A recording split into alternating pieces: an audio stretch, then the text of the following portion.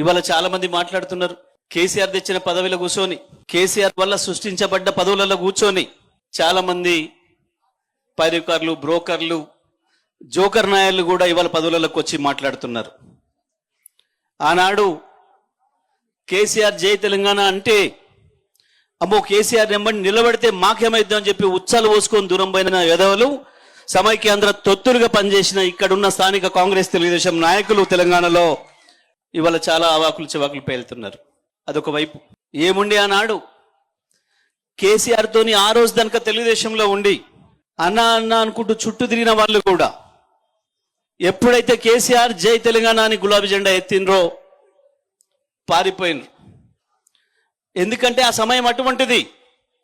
తెలంగాణ యాసను కూడా మర్చిపోయి తెలుగును ఆంధ్ర యాసలో మాట్లాడాల్సిన పరిస్థితి వచ్చింది మన సెక్రటేరియట్లో, మన అసెంబ్లీలో, తెలంగాణ అంతటా. తెలంగాణ పదాన్ని అసెంబ్లీలో నిషేధించిన సందర్భం.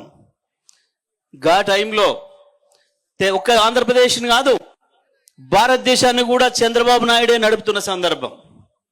అటువంటి టైంలో తెలంగాణ ఎండిపోతున్న తెలంగాణను చూసి, వెళ్ళిపోతున్న తెలంగాణను చూసి, వలసల పాలైన తెలంగాణను చూసి, నేనున్న తెలంగాణ కొరకు, తెలంగాణ రైతులారా చనిపోద్దు, తెలంగాణ నేతన్నలారా చనిపోకండి, నేను వస్తున్నా తెలంగాణ కొరకు, ఎవడి కడుపులో తలబెట్టినా, ఎవడి కాలు మొక్కినా మన సమస్యలు తీరవు, తెలంగాణ రాష్ట్రం సొంతమైతేనే తప్ప మనకు ఆ బాధలు తప్పవు అని చెప్పి గులాబీ జెండాను ఎగిరేసి ఒక్కడిగా సిద్దిపేట నుంచి బయలుదేరిన కేసీఆర్ ఆ పార్టీ నుంచి వచ్చిన పదవులకు రాజీనామా చేసి, ఆ పార్టీకి రాజీనామా చేసి ఒక్కడిగా బయలుదేరిండు.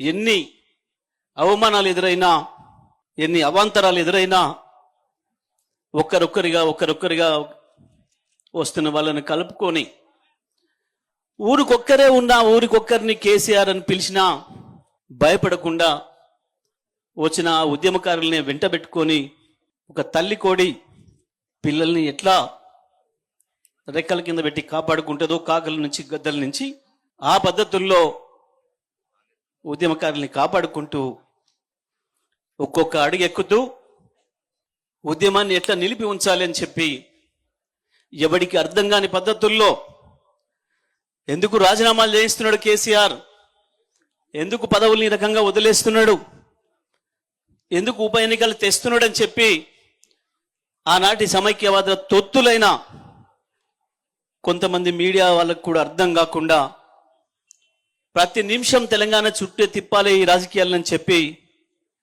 తనదైన పద్ధతుల్లో గాంధీ చూపించిన మార్గంలోనే నడుస్తా,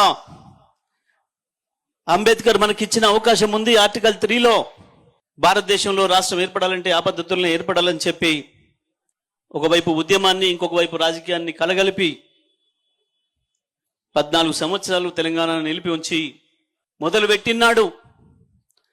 నా స్వప్నం, నా ధ్యేయం తెలంగాణ రాష్ట్రమే, తెలంగాణ రాష్ట్ర సాధనే నా ఏకైక ఎజెండా, అంతకు మించి నాకు ఇంకొక ఎజెండా లేదు.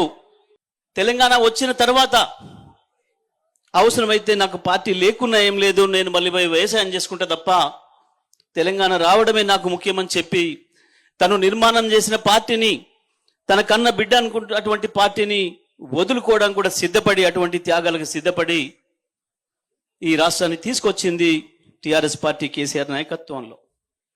Hi, this is Swathi. Like చేయండి, షేర్ చేయండి, కమెంట్ చేయండి అండ్ సబ్స్క్రైబ్ చేయండి GR TV. Hi, this is Monica. Please like, share and subscribe GR TV.